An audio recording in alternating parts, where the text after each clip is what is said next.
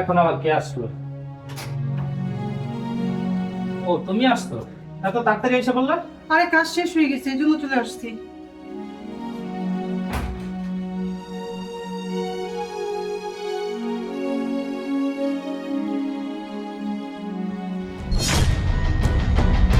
কি ব্যাপার, খালি বাসায় এই মেয়েকে?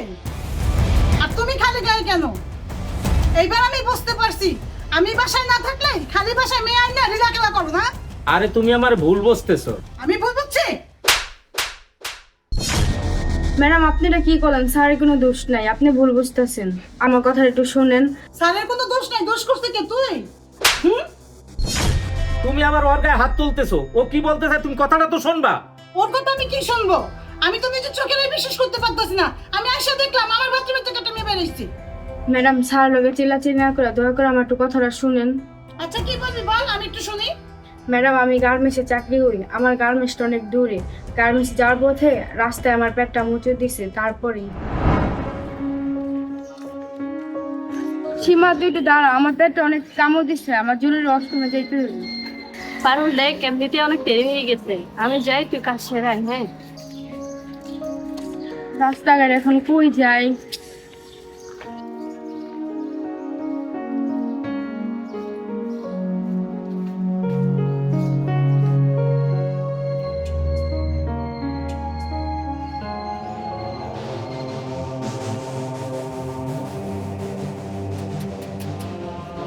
কে কাকে চান?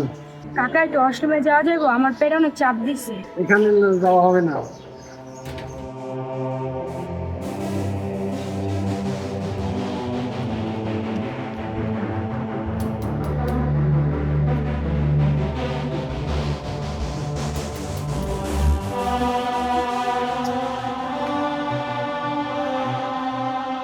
ভাইয়া একটু গেটটা খুলেন না, আমার পেটে অনেক কামড় দিচ্ছে, আমি একটু ওয়াশরুমে যাবো।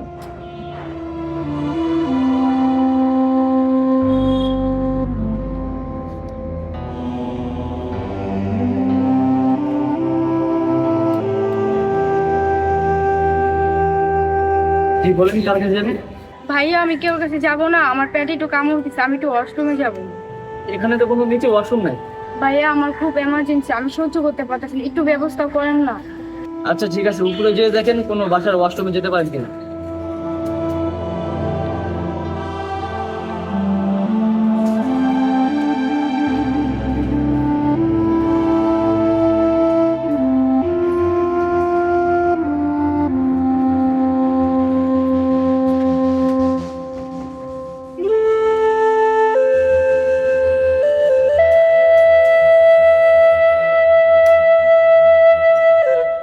কি আপনি? স্যার আপনি আমার চিনবেন না, আমার নাম পারুল, আমি গার্মেন্টসে চাকরি করি। রাস্তায় ভাই আমার পেটটা অনেক কামড় দিচ্ছে, আমার একটু ওয়াশরুমে যাওয়ার দরকার, আপনাদের ওয়াশরুমে একটু যাওয়া যাবে? ও তুমি ওয়াশরুমে যাবা? তো বাসায় তো কোনো মহিলা মানুষ নেই। আচ্ছা আসো, ভিতরে আসো।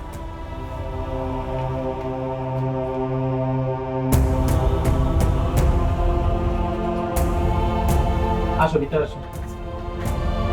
তোমার হাতে এটা কি? স্যার এটা আমার লাঞ্চের বাটি। আচ্ছা এখানে রাইখা আমার সাথে আসো।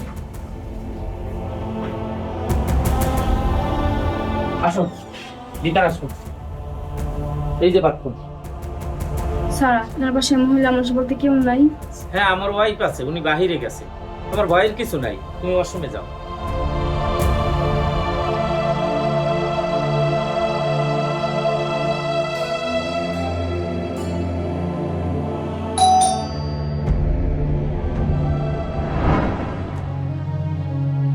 এবার বুঝতে পারছো? তোমরা মহিলারা কিছু না শুই না না বুঝাই শুধু শুধু চিল্লা চিল্লি করো, স্বামীর সন্দেহ করো, তারপরে সংসার অশান্তি সৃষ্টি হয়। ম্যাডাম স্যার আমি এখন যাই, আমার দেরি হয়ে যেতেছে। সরি, আমার ভুল হয়ে গেছে। আমি যে অন্যায় করছি ক্ষমার অযোগ্য, তুমি আমার মাফ করে দাও।